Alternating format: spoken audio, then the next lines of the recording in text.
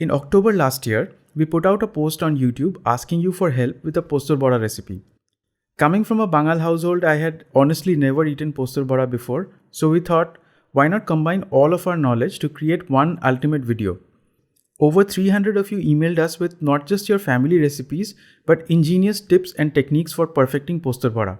We went through all of your lovely emails, feeling constantly grateful for your love and generosity, took notes, and tried out your recipes and techniques. In the short span of this video, we will try our best to document as much of our collective knowledge as possible. Making postur bora is an expensive affair. We went through several kilograms of the stuff.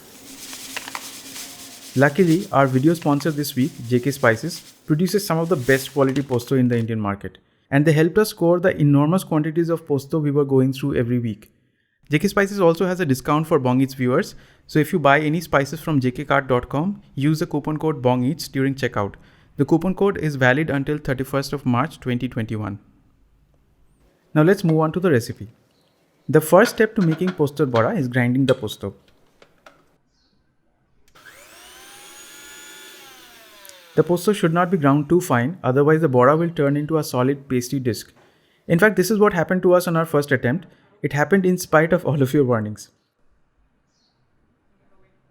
Very little water should be added during grinding so that the ground posto can be formed into boras. Almost all of you agreed that grinding the posto on a stone shilnora allows maximum control over the texture. But for the sake of convenience and with some practice, it is also possible to grind posto in an electric grinder. Neither of us are very good with the shilnora. Shameful, I know, we are trying to learn. So we are going to use the grinder. Every grinder is different, so it takes 1 or 2 attempts to figure out how long to grind to get the right texture. There are 3 posto grinding techniques that most of you mentioned. Number 1, soak the dried posto in water for a few hours, then drain the excess water and grind until it forms a coarse paste.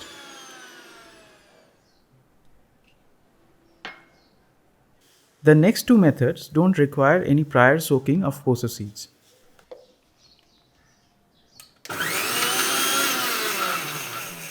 Dry grind the posto seeds in short pulses, then add a few teaspoons of water and grind again until a thick, coarse paste forms. The third method is very similar to the second method in that the posto is dry ground first, but in this method, water is never added to the grinder. The ground posto is directly mixed with the other ingredients and then water is added and mixed in the bowl. This third method is definitely our favorite. It lets you control the water when you mix it by hand. It also makes the grinder jar easier to clean. If for some reason you end up with a paste that is thin, you can adjust by adding a filler. The most commonly recommended fillers were rice flour, corn flour, plain flour, etc. Basically something that thickens the paste but has a neutral flavor. An ingenious suggestion was to use finely crushed muri, that is puffed rice, instead of rice.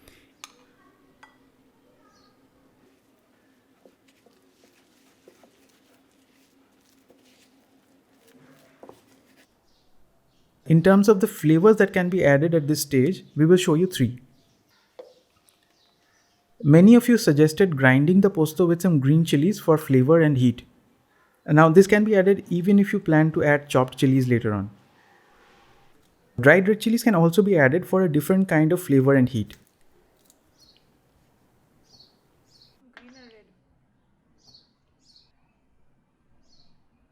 Another interesting variation is to use 1 part of til, that is sesame seeds, for 2 parts of posto. The sesame seeds add a nice depth of flavor to the bora. Last but one of our favorite variations is to toast the posto seeds on a hot pan for a minute before grinding. The toasted posto seeds have a nuttier flavor which you may prefer. It is worth trying once. Enough with the theories and variations for now. Let's make the most basic version of postur bora first. This is the postur bora for the purists.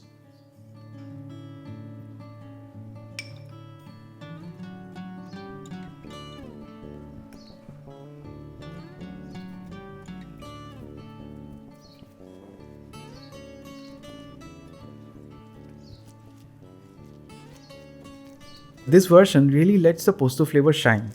The outside is crispy and brown while the inside remains creamy. Now, some of you like your poster batter to be a little more wet, which means that the inside of the bora is going to stay even more moist. If that is what you prefer, you will not be able to shape your boras into clean rounds. Instead, they will be a little ragged around the edges, and that is also fine. Most of you agreed on a range of 5 to 8 boras per 100 grams of posto. With this size, each person gets a few boras per head. Another way to go was to make one large bora per person with a fistful of posto bata. We tried this and loved the contrast of crisp crust and the soft interior. It is a generous dose of posto, so don't operate heavy machinery afterwards.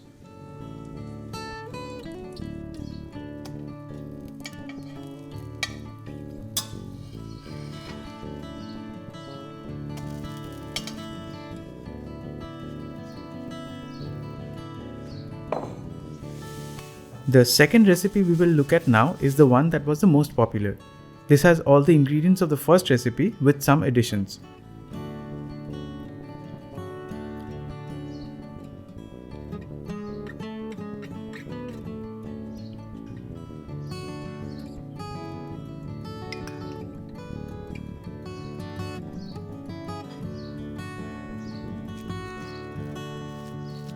This recipe adds chopped onions and unrefined mustard oil for some pungency, as well as grated or chopped coconuts for flavor and texture.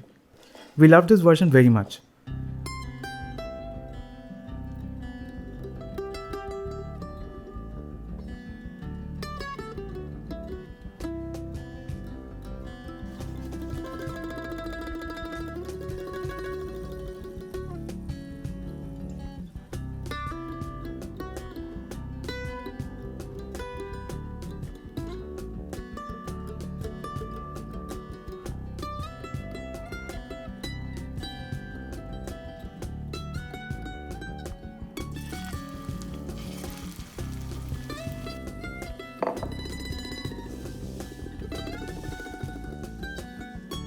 This is mostly ornamental. Rolling the formed bora in some whole posto gives it a beautiful appearance. It also adds some crunch.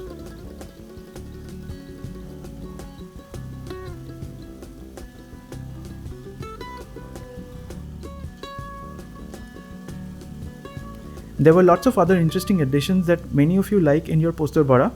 We tried all of them. Let's look at a few. Ginger, finely chopped or ground with the posto. Garlic, chopped or ground with the posto. Chopped cashew nuts taste quite nice too. Raisins can be chopped and mixed in the paste.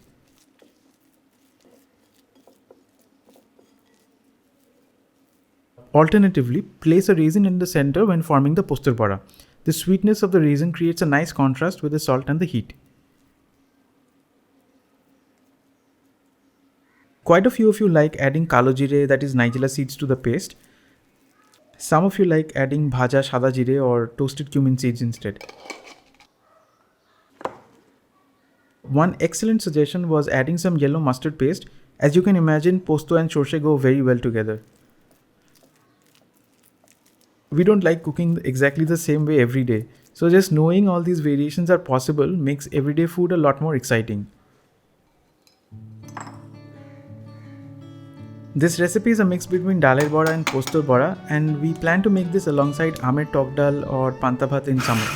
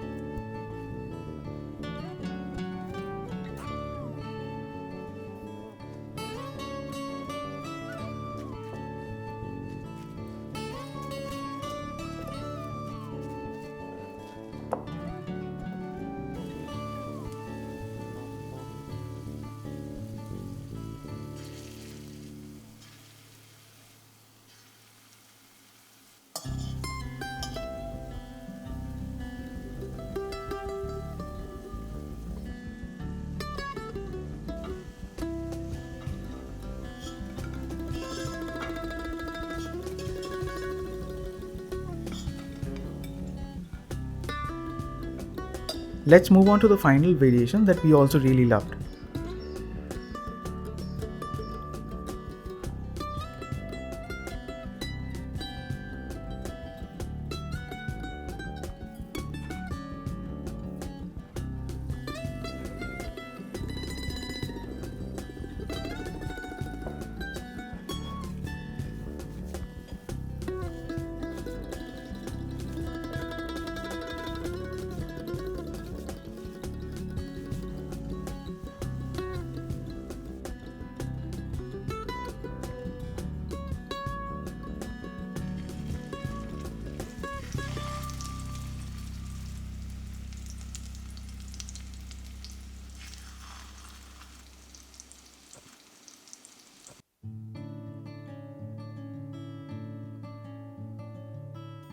When we had put out the post on YouTube in October, we did not expect so many of you to share your recipes with us.